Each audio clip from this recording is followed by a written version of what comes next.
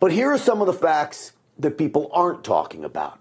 This all could have been avoided with one simple move. Tyre Nichol could have complied from the moment he was pulled out of that car. If you watch this interaction, he never really complies until the very end. I don't know who Grant Stinchfield is, but apparently he has a show called Stinchfield Tonight, and clearly he is a horrible human being. And you know who else are horrible human beings? The 2,482 people who liked that video when it was posted on Twitter, and the 320 people who retweeted it. What is wrong with you? Tyre Nichol was murdered for no reason. He was taking photos of the sunset and then driving home to his mother's house. He was yanked out of a car from moment one. If you, Mr. Stinchfield, were dragged out of a car for no reason, from moment one, officers throwing your ass to the ground, would you be super happy and chill? You wouldn't.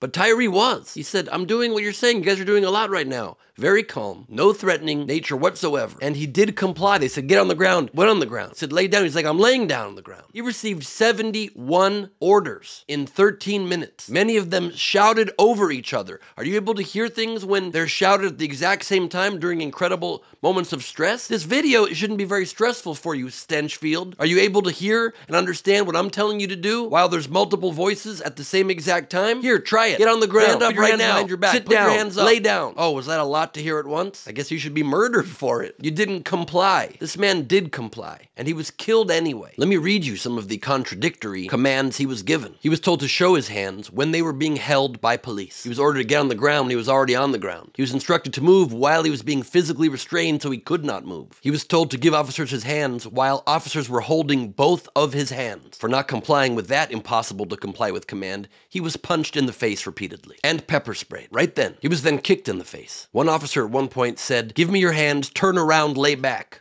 All at once. Hard for a man who's already at that point nearly unconscious to do. Have you done it, Stench? Then he was told, watch out, I'm going to baton the out of you. And he was batoned aggressively when already subdued and zero threat. But your commentary is about he should have complied. Even when handcuffed, cops continued to give him baffling orders and attack him while he was lying defenseless on the ground. And then, of course, while he was slumped against the car, paramedics came and waited over 20 minutes to give him any sort of aid. But if he had just complied. Oh, you mean like he did? He was no threat to these officers ever. At any point, certainly was no threat when he was screaming for his mom right near his mom's house that he tried desperately to get to as officers continued to punch and kick and baton him and taser him and pepper spray him and literally swing him around like a piñata. He could have avoided being killed if he had complied. It's a strange statement, Stench, when he did comply and was killed anyway. You say he only complied at the very end. You mean, oh, when he was nearly unconscious? That's what complying means? Let police officers knock you almost entirely unconscious so you have no choice but to do everything they say because you're limp at that point and can't control your motor functions? Great point. You should lose your show. And all of the people who retweeted this and liked that